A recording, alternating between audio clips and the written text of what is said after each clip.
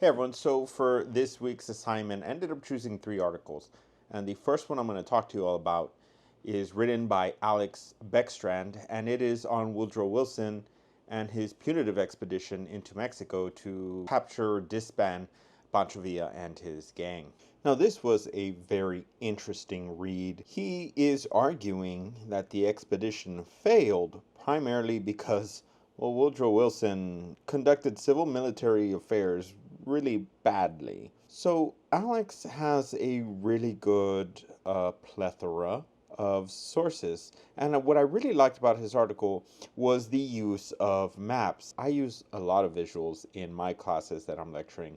So things like maps and photos. Here's General Carranza. This really helps, I feel, bring the reader, even if they're historians, amateur historians, or just the general population. I just feel it kind of helps bring history to life. So I really did like his use of maps and his use of sources. He has a mixture of both primary and secondary sources.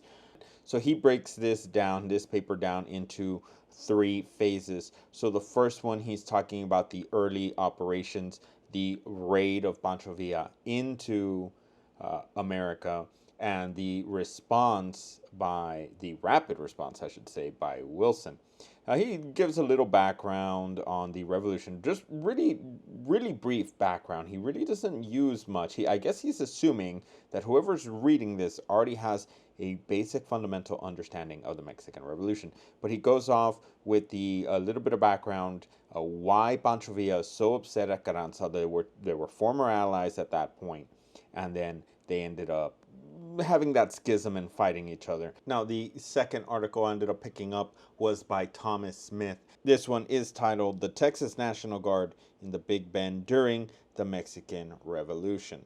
Now, let me tell you why this article kind of called out to me. When we take a look at the Mexican Revolution and the involvement of Texas, we hardly hear anything about the Big Bend further up the Rio Grande, because most of the action is taking place from Brownsville, and I would say a little bit up from Laredo. You really don't hear much about the Big Bend, but this is a very important article which ties into the Pancho Villa article that I mentioned earlier. Now, the reason why I really like this article by Smith is the maps. The use of maps, again, really kind of puts things into perspective. And here, what's awesome is this is a map of the Big Bend here. And he also ends up using great photographs to kind of really put us in to the environment. Now, this is great because in videos, in movies, in cinematography, you always use what's called an establishing shot. This is to let you know this is where we're at, kind of set the mood, the environment.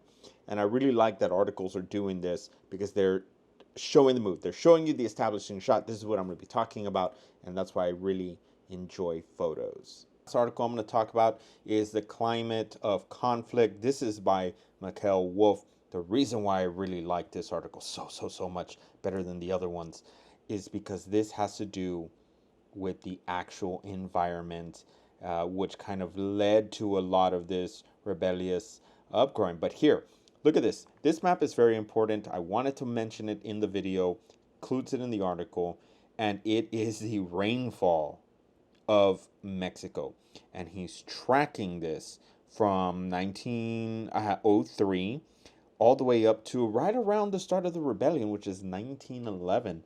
This is great because it really explains a bit more and why these peasants are upset. I chose this article just because it contrasts great with the other 2 articles, which are more about the military expeditions. But here you're looking at a why. Like, why did this happen? So that is my video. Thank you all so much. I said I'm trying new things with the shots here. Let me know what you all think. I know scholarly work. I really love the Mexican Revolution. I love reading into it. But thank you all so much for watching, and I'll see you all next time.